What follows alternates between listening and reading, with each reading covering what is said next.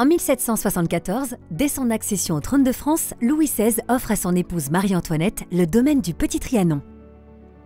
La reine en fait son lieu de séjour favori et entreprend rapidement d'importants travaux.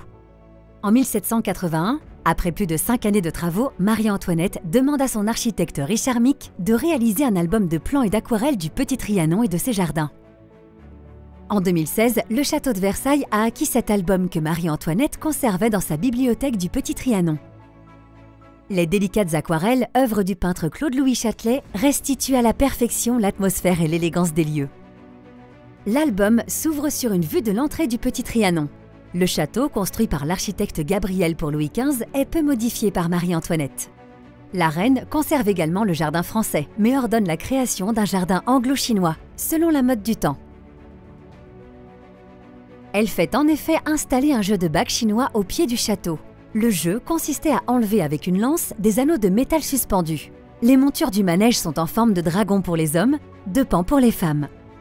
L'axe central était surmonté d'un parasol orné d'œufs en bois, de clochettes métalliques et de têtes de dragon d'où tombaient les bagues. La rotation était alors assurée par des domestiques. Pour le confort des spectateurs, le manège fut entouré en 1781 d'une galerie chinoise. Un couloir reliait alors le château et la galerie. De ce jeu de bagues aujourd'hui disparu, on ne conserve que peu de traces, sauf cette exceptionnelle aquarelle. Une autre aquarelle montre le Temple de l'Amour, bâti en 1778 sur une île artificielle au cœur de ce jardin composé de collines, rochers, rivières et chemins tortueux. Ce petit temple rond à colonnes corinthiennes abrite la statue de l'Amour taillant son arc dans la massue d'Hercule, réalisée par le sculpteur Bouchardon. Inspiré des temples grecs ou romains, il est couvert d'une coupole ornée de rosas sculptés. Le sol, quant à lui, est composé de marbre de différentes couleurs. D'importants aménagements permettent la création d'une colline et d'un rocher d'où coule une cascade autour d'un lac artificiel. L'aquarelle témoigne de l'illusion du naturel de ce paysage entièrement créé. Le belvédère, achevé en 1781, est l'élément central de la composition. Pavillon octogonal aux larges ouvertures, il est édifié sur une terrasse. Le visiteur y accède par 4 escaliers, chacun encadré par un couple de sphinges. Baigné de lumière naturelle par ses nombreuses ouvertures, le belvédère est utilisé par la reine comme salon d'été. À droite du belvédère, on distingue la colline dite de l'Escargot ou du Limaçon, plantée de peupliers et de grands marronniers. Un étroit chemin caché au fond du vallon et masqué par le sol pleureur mène à la grotte, autre élément artificiel voulu par Marie-Antoinette.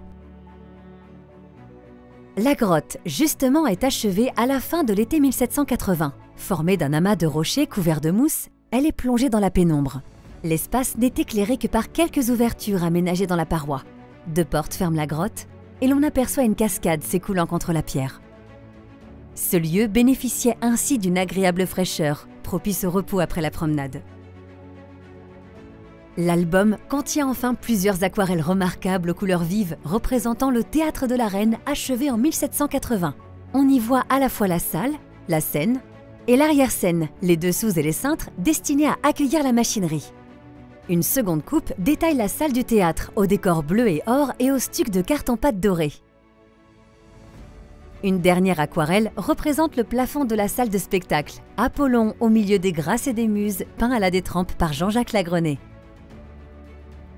Exécuté avec talent par une équipe d'artistes composée de jeunes dessinateurs sous la direction de Richard Mick, Claude-Louis Châtelet, Pierre-Léonard Fontaine ou Louis-Pierre Baltard, cet album est le premier d'une série commandée par Marie-Antoinette. Témoignage de l'intérêt porté par la jeune reine à la création de son jardin, cet album des plans et vues de Trianon est l'une des pièces emblématiques acquises par le château de Versailles. Fait rarissime dans le domaine des arts graphiques, cet album a été classé trésor national.